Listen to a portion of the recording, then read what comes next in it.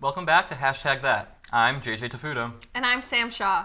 From Wake the Giant to Olivia Rodrigo, we're back with the latest entertainment news updates. All that and more from Hamden to Hollywood. We are your source for Quinnipiac's entertainment news.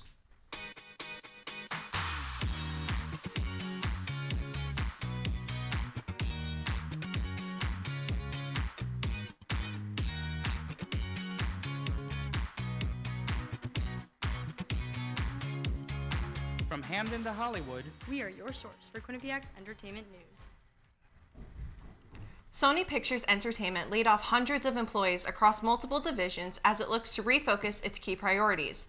The Hollywood Reporter explains that CEO Ravi Ahuja is attempting to grow certain areas of the company, such as maximizing its standing in the anime genre, better utilizing its video game-based intellectual property, expanding its game show business, and leaning into its unique distribution model. Ahuja's statement said that, quote, "We have sharpened our strategy and clarified where we believe the greatest opportunities exist. As we lean into these priorities, we need to operate with greater focus, speed, and alignment to strengthen our differentiated capabilities. To support our growth, we are aligning our organization with where the business is going, not where it has been. That requires changes to how we are structured and where we invest," end quote.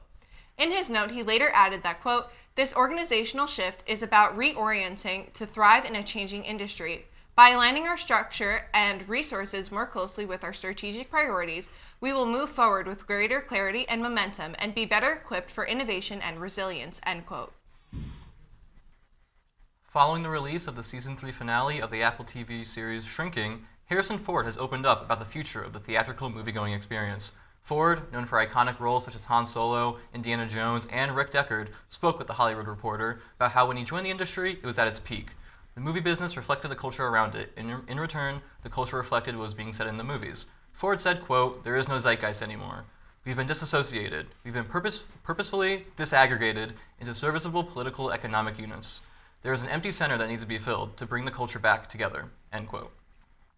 Quinnipiac University's Student Programming Board announced Sadie Will as the 2026 Wake the Giant opener.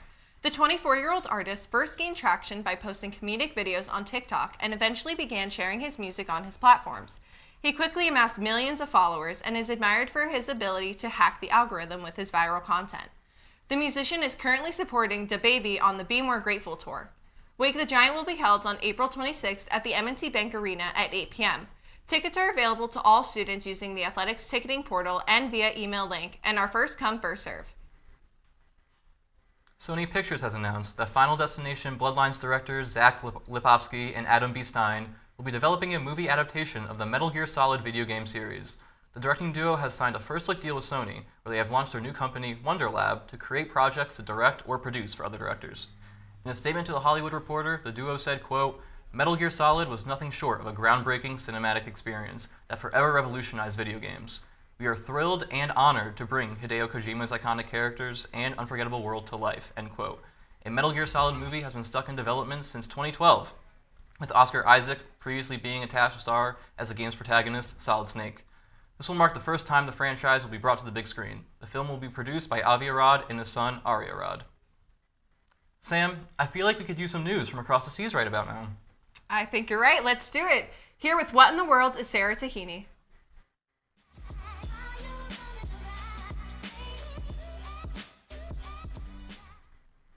Thanks, guys. From Europe to the Philippines, I'm here with all the latest international pop culture news. Wireless Festival has now been canceled after headliner Kanye West, now known as Ye, was banned from coming to the United Kingdom. The UK's government had decided after receiving backlash for his planned set at the London Festival this summer due to previous years of outrage caused by Ye's anti-Semitic, racist, and pro-Nazi comments. Wireless Festival confirmed in a statement as they assured fans refunds would be issued to all ticket holders. The decision to refuse permission for Ye to travel to the UK was made because his presence was believed not to be in the public's best interest. The rapper has been making some attempts to return to the mainstream after publishing an apology in the Wall Street Journal this past January. He commented last Tuesday claiming he would be grateful to meet the members of the Jewish community in the UK in person, and he would change through his actions and not solely through words. However, it has been made clear that the UK would stand behind its decision to bar Ye from entering the country because of his outrageous comments. We've seen K-pop become a global sensation, but have you heard of P-pop?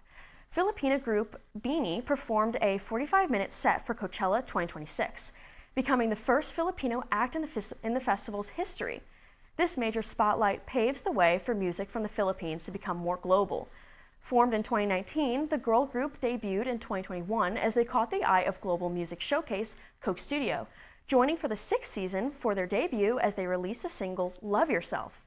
They have now begun to create their own iconic branding as they coin their fan base as Blooms, while wearing stage outfits described as modernized takes on traditional Filipino fashion. It will be very exciting to see where the octet is headed in their music career as they navigate this newfound stardom from the rest of the globe.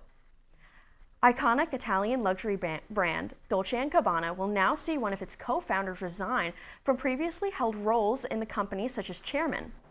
Stefano Gabbana had his resignation take effect in January of this year. However, it was only this past Thursday that it was officially announced. The company has emphasized in a statement, quote, "The resignations have no impact on the creative activities carried out for the group by Stefano Gabbana," end quote. It had also been announced CEO Alfonso Dolce, brother of co-founder Domenico Dolce, will take over the role as chairman. Gabbana has reportedly been considering his options for his roughly 40% stake as the company prepares for negotiations with banks. Dolce & Gabbana is working to refinance about 450 million euros in debt and are seeking to receive 150 million euros in new funds through measures like asset sales, licensing deals. And that's all the time we have for this week's What in the World. Now it's time for What in the Commercial Break. Do you enjoy Quinnipiac sports? I just keep forgetting to pick Patriarchy over Carson Martin. I think Floor general, absolute glue guy on the court. Then Bobcat Breakdown is the place for you. 'Twas the night of Bobcat Breakdown, and all through the suite, all the producers were running around, getting ready for show of the week. I brought mittens because I think that half of this take is cold. I think us Anthonys think alike because I had the exact same idea as you. Tune in to Bobcat Breakdown every Tuesday night at 9:30 p.m. on Q30TV.com/watch.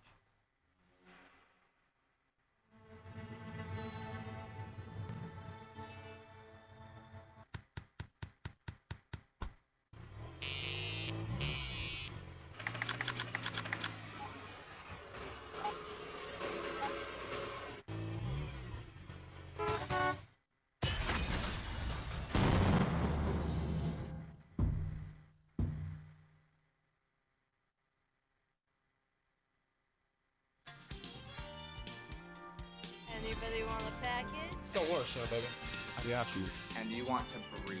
He got into some sloppy situations. Uncle Aaron's locked up for touching all those kiddos. Here comes the boom. Boom! Quinnipiac Tonight is Q30's premier sketch comedy show. Watch it live every other Thursday at 9:30 in the Piazza, or tune in online at Q30TV.com/watch. Clap if you care.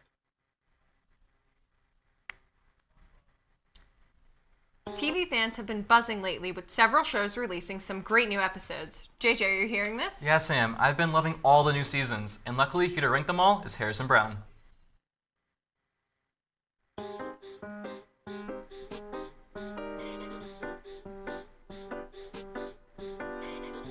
You couldn't have said it better, JJ. With 2 season premieres and 1 series premiere this week, I'm ranking all 5 shows based on which ones had the strongest start to their new season or series, looking at momentum, storytelling, setup, and how hooked I am after the premiere episodes. Starting off in 5th place, I have Euphoria. The season opens with a notable tone shift and a 5-year time jump that the episode is still clearly adjusting to. While it's interesting to see where everyone has ended up, the premiere feels more like a reset than a launch. Nothing major occurs in the episode, and I feel like it's because of the time jump and the need to catch the audience up on what happened in between seasons. In 4th place, we have Maul Shadow Lord. It was a very strong start to the show. The episode gave us a deeper look into the criminal underworld in the Star Wars universe, and the show gave us some of the best lightsaber fights we've seen in a while.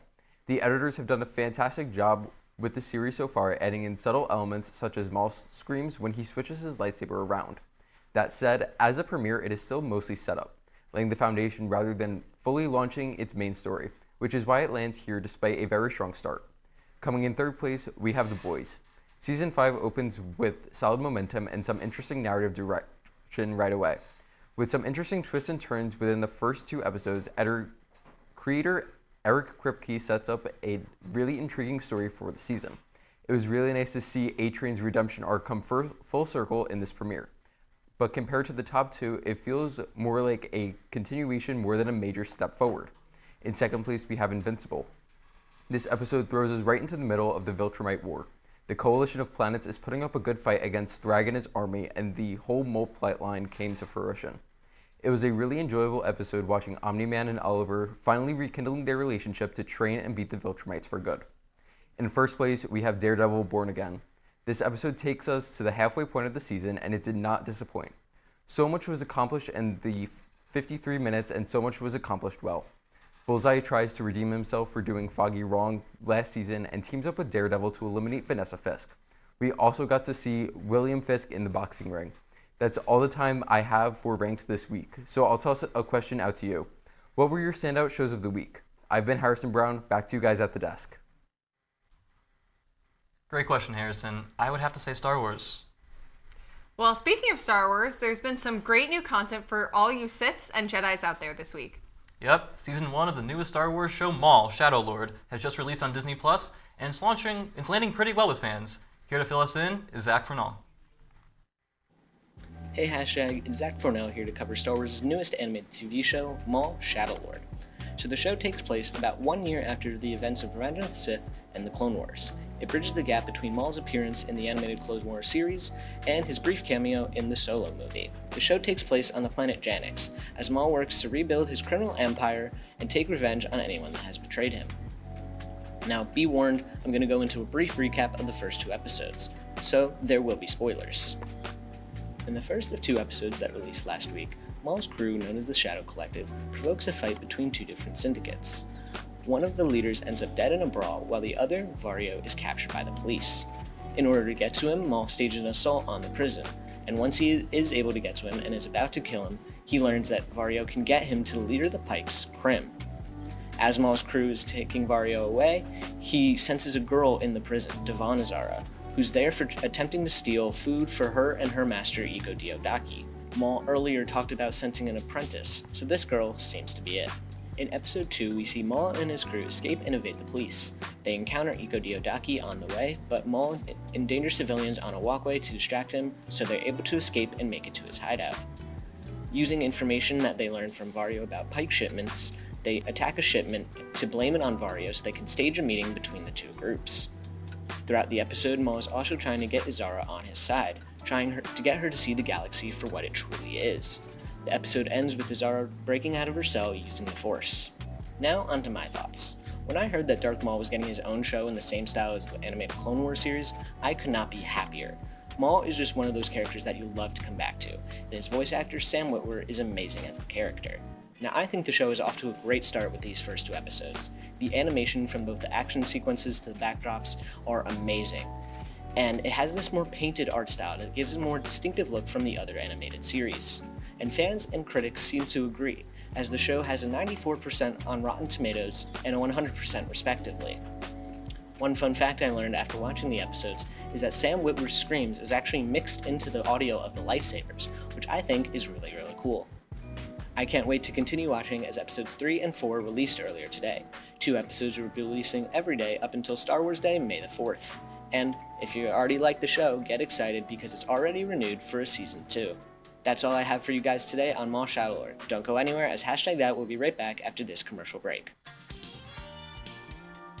Anybody want a package? Don't worry, Shadow Baby. I got you. And you want to breathe. He got into some sloppy situations. Uncle Aaron's locked up for touching all those kiddos. Here comes the boom. Boom! Quinnipiac Tonight is Q30's premier sketch comedy show. Watch it live every other Thursday at 9:30 in the Piazza, or tune in online at q30tv.com/watch. Clap if you care.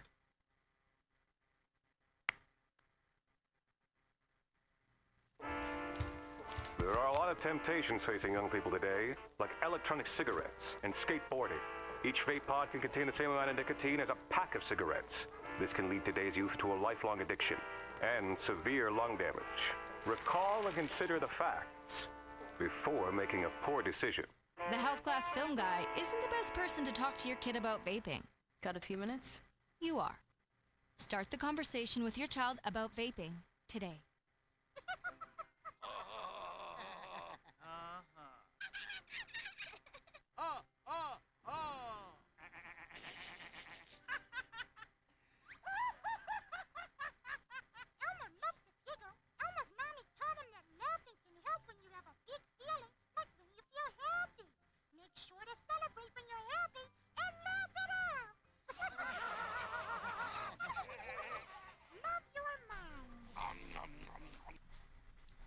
We're back with this week's Media Mayhem, and here to fill us in on all the latest updates, joining us at the desk is Xiomara Saavedra. Thanks, guys. From Coachella conflicts to the return of long-awaited Euphoria Sundays, pop culture is back at it with the drama. Starting off, pop star Sabrina Carpenter is facing backlash after a moment during her Coachella set sparked cultural debate during a quiet part of her performance. Carpenter reacted to a fan's high-pitched zagruta, a traditional celebratory call used across the Middle East and Africa. She mistook the call for yodeling and called it weird after a fan explained it was part of their culture. The moment went viral on social media, and Carpenter later apologized on Twitter, saying, quote, "My apologies. I didn't see the person with my eyes and I couldn't hear clearly. My reaction was pure confusion, sarcasm, and not ill-intended. Could have handled it better. Now I know what a zagruta is. I welcome all cheers and yodels from here on out," end quote. Audiences online were torn, with some calling it insensitive, while others defended it as a misunderstanding. Does this moment highlight a need for greater cultural awareness from artists on global stages? Yeah, I think that's an interesting question, because it does sound like an honest mistake that she made. Like, she didn't know, and it's good that she addressed it. But, you know, at those types of festivals, and when you are like big and you're touring, like it's good to know like these certain things and like address them properly, instead of kind of, I know she said like it was just like she batted it off, but you know, in those moments it's when you recognize like the importance of really like making sure you address it properly. Yeah, I have to agree. It seemed like a genuine mistake to me, and her apology seemed authentic, which is all you can really ask for when something like this happens. But yeah, when you're on like a global stage like that, it is good to be aware and be sensitive of that. But you know, it was a misunderstanding, and I think she apologized well. Yeah, I agree. Yeah. The hit HBO series Euphoria officially returned last night after a 3-year delay. The long-awaited return follows major production setbacks, including the 2023 Hollywood strikes. Now that it's back, viewers are already debating whether the wait was worth it, with some asking, did we really wait 3 years for this, and is this Euphoria or Breaking Bad? But in a recent appearance on The Drew Barrymore Show, Zendaya said she thinks the series is ending, adding that closure is coming. With new episodes set to air weekly through May, the new season jumps 5 years ahead, following Rue and the rest of the cast as they navigate messy adult lives after college. With long gaps between seasons becoming more common, should TV shows have a limit on how long audiences are expected to wait, or does a longer break lead to better storytelling? Sam, I hate these long breaks between seasons, especially because we're ingesting so much media and so much content, and you have these like 3-year breaks between seasons of shows. I forget what happens. No, exactly. Like I it sounds bad, but like I don't care anymore. Like I would be so invested, like, oh, what? Like I'd look up when's production coming out, when's it starting, like everything, and then when it finally does, I'm like, oh, okay. And like you're really invested in those characters in those moments. And so I will admit, like sometimes, okay, I understand the jump and like if they do like the age gap thing, but for like 99% of the time, it's like a total no. But do you think that there's anything that is benefited from waiting that long? Because I really don't think that the story gets any better. It's just the story that they're telling, I think like waiting long, it comes with like something like Invincible, which is like animation, and sometimes they take long breaks between seasons and the animation quality is really good, and sometimes they take a year break between seasons and it's not as good, but like we like seeing Invincible consistently throughout every year. So there's give and take for it. That's a good point. I didn't think of like animation in that way, but yeah, for like real life shows, yeah. It's just it was not. Like it's not Stranger for Things. me. They're so yeah. old and and in high school. It's popular a lot of the time. So with like these big shows, they have such a following. I don't know if they think like, oh, this is great, we can extend it like marketing wise, like we'll have that fandom, or if it's more like let's see what we can make. That's a good point. Well, guys, that is all the time we have for this week's Media Mayhem. But it sounds like this summer we'll be bringing some highly anticipated new music to the fans. That's right. Olivia Rodrigo announced her 3rd studio album releasing in June, and it's sparking excitement around the world. Here to break it down for us are Sadie, McCarthy, and Alyssa Schnider. Hey, hashtag, it's Sadie. And Alyssa, and pop icon Olivia Rodrigo has announced her 3rd studio album, You Seem Pretty Sad for a Girl So in Love, set to release on June 12th, and with the first single, Drop Dead, releasing April 17th. Fans have been speculating whether the album will focus on love or heartbreak after her alleged breakup with British actor Louis Partridge. The two of them were first spotted together back in 2023 and confirmed their relationship in several public appearances. However, neither of them have spoken on the split. The title of the album also breaks away from Rodrigo's tradition of naming her albums four-letter titles, such as her previous albums, Sour and Guts. The album also seems to differ from Rodrigo's previous album, Aesthetics, with a light pink color scheme replacing her signature dark purple look. In an interview with British Vogue, Rodrigo described the album as being full of sad love songs, stating, quote, "I realized all my favorite romantic love songs were beautiful because they had a tinge of fear or yearning in them," end quote. Alyssa, what do you think about this new album and this new era for Olivia? So I'm really excited for it. I think it's definitely been a while since we got an album. How about you? Yeah, I'm really excited. I saw Olivia Rodrigo at the Gut Ball over the summer for the Guts era, and that was really fun. At the time, she was still with Louis Partridge, so she was definitely like very in love and giddy about it. But I'm excited to see if the album will reflect how their relationship went. Yeah, I'm really excited too for this single that's coming out in a few days. Do you have any like speculation on maybe like what it could be about? Like, I think it's gonna be like, I feel like in classic Olivia fashion, it's gonna be really like upbeat, maybe like a punk rock kind of sound. But the lyrics, once you like really read into them, you realize there's a little bit of like sadness and heartbreak in there. Yeah, I definitely agree. I think the title of the song being Drop Dead definitely makes it sound like, to me, it's gonna be kind of like an upbeat, like angsty kind of vibe. But also sometimes she does surprise us, so you never really know. You never know, You never know. And I also really love all the marketing she's been doing for this album. I believe in LA, there was this huge wall that started off purple, but she kept painting it like closer and closer every day to like a shade of pink, and it had the word love on it. And so it kind of showed the transition between like purple, which was the color of sour, it was the color of guts, but now this new era is pink, so that's why it's giving a little more romance vibe. Yeah, definitely really exciting. I definitely do think it's going to be a little bit different because of course, the color scheme and also the title, as we said before. She traditionally has been doing four-letter, like all caps kind of titles, and now she's moving into a very long title that is not in all caps, so I definitely think it'll be probably a different vibe from what we're used to. But I do hope to still kind of keep the same upbeat feeling of her songs, kind of look like a punk rock kind of vibe, but also get some like emotion in them as well. Yeah, I think she's always really good with balancing out her albums with having a good mix of like, this is fun, upbeat, and then this is a little slower and sad and a little more heartbreaking. Yeah, so she has a really good sound. I'm really excited to see what's gonna happen with this new album. Yeah. Unfortunately, that is all the time that we have for you today, but hashtag that will be right back after this commercial break. Left for Vidicek. Vidicek walking in. Shot. Save made. Rebound. Did you miss this goal last night? No worries. We got you covered. Antonin Varel gets the puck to Ethan Winbach in front of the net. He puts it past Alvin Breya. Every team, every game. She shoots it blocker side into the net. All the news, highlights, and more. First year connection. Ty Turner to Keith McKnight.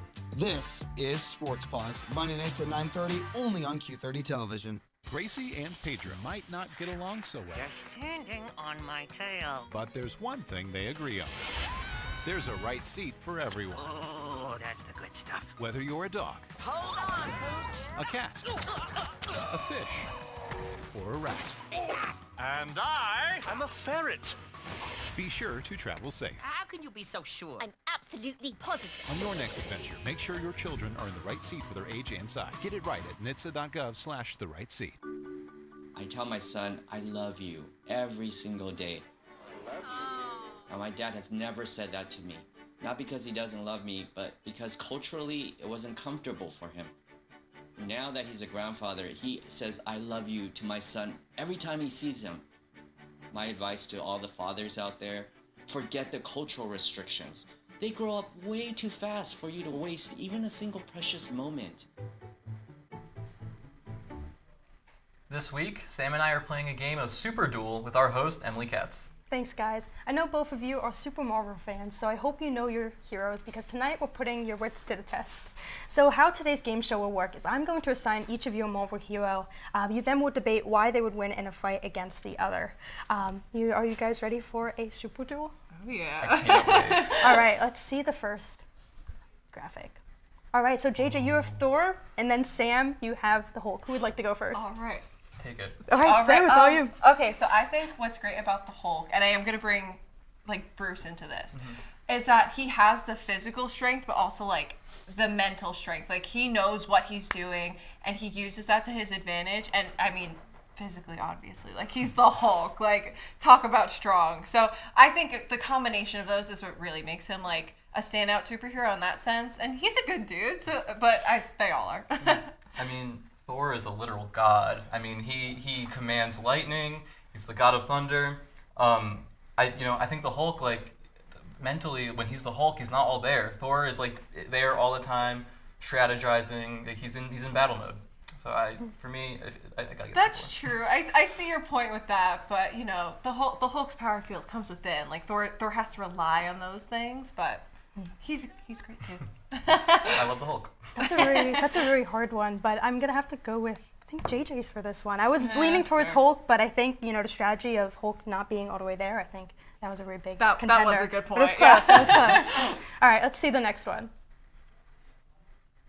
All right, JJ, Deadpool, Ooh. Sam, Wolverine. JJ, do you wanna start this one off? Yeah, with? I mean these are very similar characters. I feel they both have healing factors. Obviously, Deadpool can heal really fast, but in this recent movie he got adamantium swords, which I think combats Wolverine a little bit, and I think Deadpool is a good fighting in all kinds of ways. Okay. While Wolverine might just be up close. You know what? Fine. I hear what you're saying. I think. Like Wolverine though, I feel like he's such a staple. Like Deadpool's great, but I feel like he's like kind of all over the place. Like Wolverine, for me at least, is more of like a straight shooter. Like I can kind of like get where he's going and figure that out. And because of that, when I relate it back to like X-Men and things like that, I think that and like leadership quality and like working as a team makes it a more powerful superhero in that sense. I do think Deadpool's unpredictability gives him a kind of an advantage. Like, you never know what he's going to do, what he's going to say, and he's very good at distracting his opponents to, seal the win. All right, cool. That's also another hard one. I'm going to give it to you, Sam.